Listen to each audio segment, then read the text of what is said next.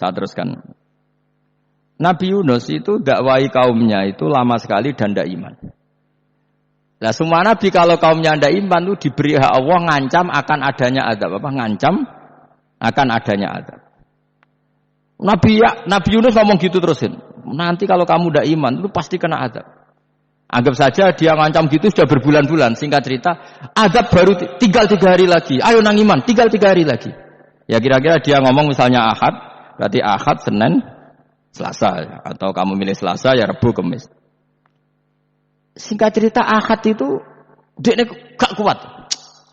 Wah semane kurang 3 dino kaumku tetap ora iman. Mangkel asal, minggat deh. Minggat ya jadi minggat kan gak punya tujuan. So asal pergi jauh saja.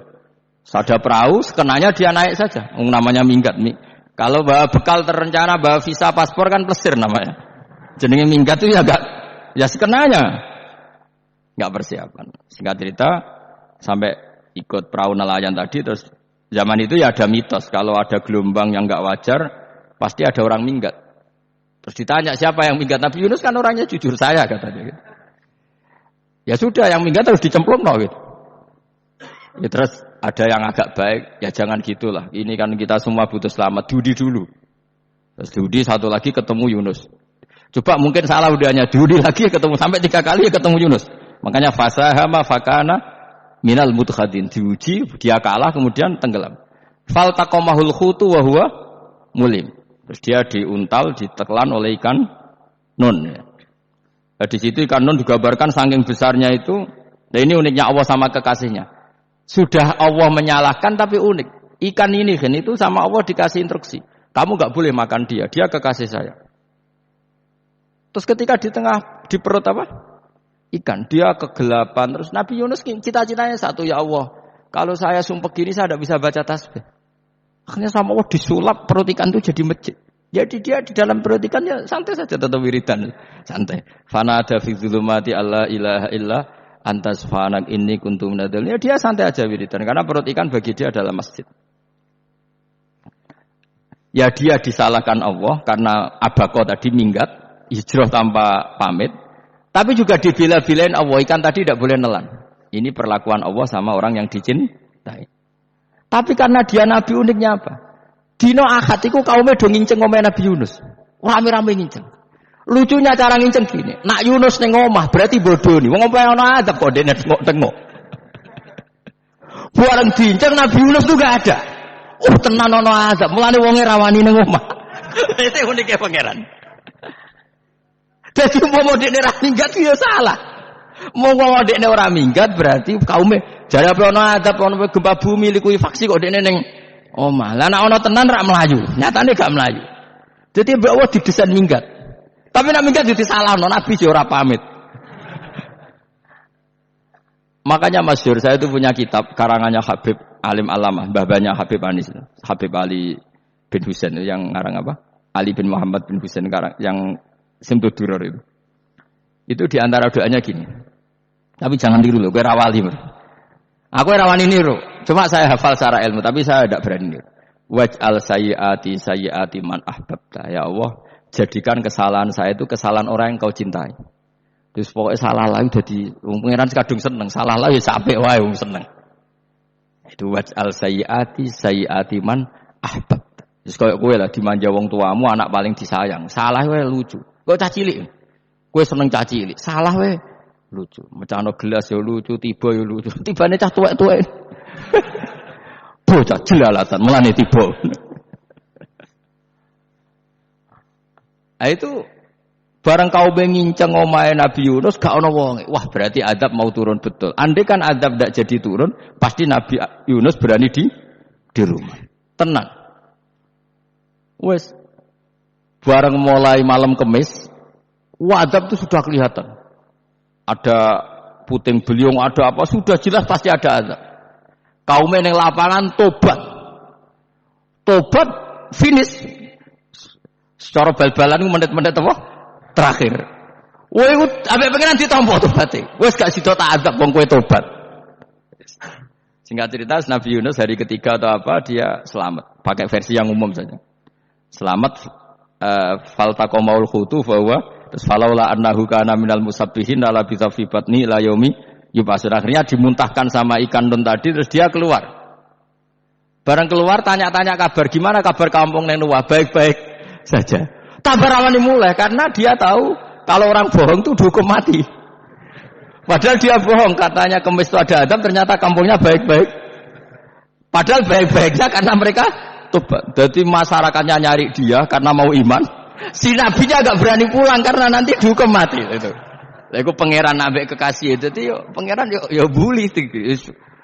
Wah itu beda-bedaan. Wong kekasih pangeran ambek pangeran. Aku yang kreatif itu langsung diadab.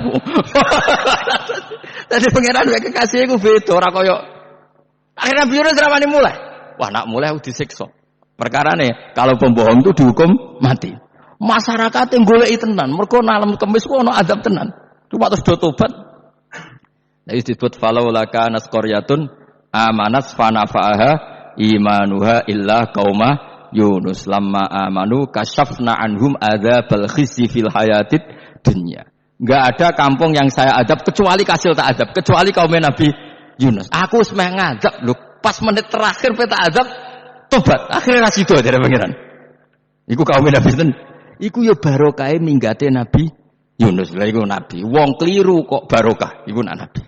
Umpama Nabi Yunus ora minggat, kaume berpikir Yunus bohong. Wong ape ana azab kok tengok-tengok ning omah.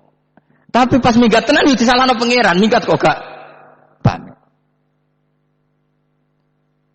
Amalane kira usah protes. Wali iku beda, kekasih pangeran beda. Itu sama dengan sing dialami Rasulullah sallallahu alaihi wasallam ning Sulhul Hudaybiyah. Semua perjanjian itu salah secara hukum fikih. Bukan salah lagi, sangat salah cara ukuran fikih. Sehingga semua sahabat itu protes kecuali Abu Bakar As-Siddiq. Cuma semuanya omong Umar, tapi semua sahabat aslinya ya protes. Coba di antara perjanjian gini. Pertama kan enggak biar sampean enggak terlalu jadi teroris, enggak terlalu jadi ekstremis. Ya memang ya ora usah jadi teroris, ya ora terlalu jadi teroris. Semua itu mungkin, Kang. Ning dunia semuanya mungkin. Singkat cerita Nabi itu sudah di Hudaybiyah. Hudaybiyah dengan Mekah kan tinggal sekitar paling 40 kilo. Saya pernah itikaf di masjid yang pernah dipakai Hudaybiyah. Kan sekarang jadi mikot ya. Dimaksud mikot umroh di Mekah kan apa? Hudaybiyah kan mikot di yang terkenal kan apa? Ji'ronah, Tan'im, Hudaybiyah. Itu perjanjiannya tuh gini. Perwakilan dari Quraisy namanya Suhail bin Amr. Siapa? Suhail bin Amr. Perjanjiannya gini, Muhammad kamu tidak boleh masuk Mekah. Kamu boleh masuk Mekah itu tahun depan. Padahal Nabi sudah bilang kepada sahabatnya, ayo kita umroh. Dan diberi hak umroh. Tapi setelah sekitar 40 kilo masuk Mekah, dicegat sama orang kafir Quraisy, tidak boleh. Lah, Nabi sakit tenan. Nabi kadung mentafsir, memberi berita gembira, saya mimpi, kalian masuk tanah haram, amini namukhalikin, aman semua. Semuanya bercukur gundul atau mencetak rambut. Pokoknya, terus kata sahabat senang sekali karena mimpi Rasulullah tidak pernah apa? Tidak pernah salah. Bareng di situ, di antara perjanjiannya, hadza ma kataba ali Muhammad Rasulullah. Ini perjanjian yang ditulis Muhammad Rasulullah. Kata Suhail, hapus kata Muhammad Rasulullah. Kalau saya tahu kamu Rasulullah, tidak saya perangi. Tulis Muhammad bin Abdullah. Terus kata Rasulullah, ya Ali, hapus tulisan Muhammad Rasulullah. Kata Ali, tidak saya akan menghapus setelah Muhammad Rasulullah. Jadi Nabi unik. Hapus gak popoli, masih bu hapus aku tetap Rasulullah. Wong tulisan wae. Jadi Nabi ya rileks saja. Tapi Ali katanya, fa wa ma ana bimakhihi abadan. Saya tidak akan menghapus tulisan itu selamanya. Terus kata Nabi, kena ra gelem ngapus. Tanganku dudono, aku sing ngapus. Nabi kan umi tidak bisa baca terus. Tangannya Nabi sendiri yang dilewatkan Ali ke tulisan itu sehingga terhapus. Nabi ya rileks. Wong tulisan wae aku ora ditulis Rasulullah ya tetap Rasulullah. Nabi masih rileks. Terus perjanjian kedua, kalau ada orang kafir Quraisy masuk Islam harus dikembalikan karena berarti keluar dari habitat. Tapi kalau sudah Islam kok masuk kafir lagi harus dibiarkan karena berarti kembali ke habitat. Nabi bilang ya enggak masalah. Semua perjanjian itu merugikan Islam. Itu secara fikih pasti salah. Akhirnya Umar itu protesnya keras sekali. Ya Rasulullah, apa engkau masih nabi? Lu takai setengah. Apa engkau masih nabi? Dan Nabi jawab santai, bala ya saya masih nabi. Tapi kenapa kamu hinakan kita dan memberikan kehormatan pada orang-orang kafir itu? Jawabnya Kanjeng Nabi lucu. Ya agama iki wae pangeran. Masih aku perjanjian ning ngono kok pangeran sing ngangkat agama iki tenang wae. Kanjeng Nabi ku unik. Perjanjian wae manusa gampang. Jadi Nabi itu saking imannya Allah tetap yu'izzu hadzal-din. Allah pasti memuliakan ini agama. Apapun perjanjian yang diciptakan manusia. Makanya bapak saya, Mbah Mun guru saya itu ngaram-ngaram tenan mikir Islam. Islam mbok pikir haram, ono sing duwe. Ben ngono. Dunya rusak kok apa ben. Tetep Islam itu mulya. Rasa mbok pikir wis keliru-keliru lah perjanjiane dunya keliru lah. Lho coba Uni Soviet kayak apa hegemoninya? Kayak apa kuatnya Uni Soviet? 100 tahun mengkooptasi Uzbek, Tajikistan dan tapi apa bisa menghilangkan keimannya orang Uzbek Ceknya? Ketika Uni Soviet bubar langsung malah negara-negara itu jadi persemakmuran yang negara apa? Islam. Indonesia kayak apa? Dikooptasi. PKI, dijajah Londo 350. Mbah Soleh Darat alim zaman Londo, buyut-buyutku alim zaman Londo. Iku semondok Mekah ya alim. Zaman PKI akeh wong alim. Saiki ayo zaman Islam Nusantara apa ono sing alim koyo. Berarti Islam ku menarik zaman wis diregani negara, zaman rung dinegani negara iku wis mul. Karena ini agama milik Allah. Punya ketahanan yang luar biasa. Mana dari Nabi tentang kayak perjanjian salah lah, mar. Gak apa-apa. Inna wa ta'ala a'azza hadati. Inna wa ta'ala la yudhi'u dinahu wa la yudqatu. Pokoknya pangeran ra bakal ngembaro agamane ora masalah perjanjian keliru lah. Perjanjian ketiga gitu semuanya merugikan Islam. Tapi apa kata Abu Bakar ketika protes Nabi enggak dijawab, datang ke Abu Bakar. Menurut kamu gimana? Jawab Abu Bakar lucu. Makanya ini menunjukkan makanya kenapa ahli sunnah berkeyakinan afdhalus sahabat itu siapa? Abu Bakar. Jawab Abu Bakar, wes samar, perjanjiannya keliru lah, wes keliru lah. Kayak gremeng-gremeng santai gremeng. Tapi la tadkhul bainahu wa baina habibi. Kamu jangan masuk wilayah itu hubungannya orang yang terkasih sama kekasihnya. Wes gak masuk akal lah, semuni menengah. Ya sehingga ya sudah Allah punya. Ternyata, nah perjanjian keempat ini yang agak Nabi hanya minta gini, Dok. Itu saya turuti semua, tapi saya minta satu hal kata Nabi. Bolehkan diskusi tentang Islam terbuka. Makanya diskusi terbuka itu baru kata Nabi, jangan larang orang mendiskusikan Islam. Itu Dok mintanya Nabi. Oke dari Suhail, diskusi wae pikirannya Suhail kan, diskusi wae. Enggak masuk Islam, diskusi. Jangan larang orang yang membicarakan Islam secara terbuka. Ada kata terbukanya. Dari Suhail, oke enggak masalah. Itu Dok yang itu pun enggak jelas menguntungkan Islam apa? Enggak. Akhirnya apa yang terjadi? Darun Nadwa, tempat-tempat pertemuan cara sakniki gerdu, gedung parlemen, semuanya itu diskusi. Sakjane Muhammad itu sapa? Konsep Islam ku piye? Dan semua yang cerdas dukung sakjane ya bener Muhammad. Nyembah watu ya pancen goblok tenan. Wah, pancen goblok tenan wong watu kok di. Terus nak Yahudi ora bener pisan, Nasrani ora bener pangeran Allah. Wah, diskusi. Suwe-suwe hasil diskusi sepakat. Pancen yo tetep bener Muhammad. Tetep bener Muhammad. Akhirnya hasil diskusi itu akhirnya mereka membatalkan perjanjiannya sendiri. Perkara baru kayak apa? Malah Nabi ketika balik di Madinah, Umar sempat protes ning dalan. Oke ya Rasulullah, saya nerima konsep Anda, tapi saya menyisakan satu pertanyaan. Jadi jenengan niku ana ayat sing nunjukna la tadkhulunal masjidal harama insyaallahu aminina muhallikina ru'usakum. Lah kok nyatane ra sida mlebu Mekah, malah kita terusir kembali lagi ke Madinah. Lha iku Nabi yang agak lucu ngendikan. Mar, ning ayat iku ra gak ana taune. Apa ana ayat iku taun iki? Sing ngatekno taun iki ra kowe. Jadi Nabi yo ora ana taune ya.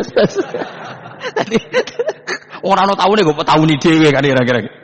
Ayat itu kan gak ana taune, Umar ae sing GR nafsiri tahun ini. Wong awam suatu saat kamu akan masuk Masjidil Haram. Tapi kan gak ada tahunnya ayat itu. Apa di ayat itu ada tahunnya Umar? Dan Allah bilang tahun ini ya ndak. Ya sudah kalau gak ada tahunnya pokoknya mesti kapan-kapan terjadi. Tapi ora saiki. Kayak sugih rugen kan gak ada tahunnya. Ora saya. Mau aku dong gak ada sugih tapi kan tanpa tahun. Iso suwi. Nah, akhirnya apa yang terjadi? Ada diskusi masif di Mekah. Setiap yang cerdas, setiap Nabi tanya Abu Sufyan siapa? Nabi mau komentar gini, sama siapa teksnya? Misluhu la yajhalul Islam. Kalau Islam sudah didiskusikan, otak secerdas Ikrimah bin Abi Jahal, secerdas ini pasti tidak bodoh tentang Islam. Maknanya pasti akal yang waras memilih Islam. Wah, akhirnya Islam jadi masif. Ya sudah, karena Islam sudah masif, tokoh-tokohnya cenderung Islam, akhirnya perjanjian itu dibatalkan sendiri. Akhirnya waro'aitan nasa yadkhuluna fi dinillahi afwaja. Akhirnya mereka berbondong-bondong masuk Islam. Itu artinya apa? Nabi ku gawe perjanjian cara fikih keliru wae, cara fikih cara zahire keliru wae, tetap barokah karena punya hubungan khusus dengan Allah Subhanahu wa taala. Makanya la tadkhul bainahu wa baina habibin. Itu kan kayak ya sudah seperti itu.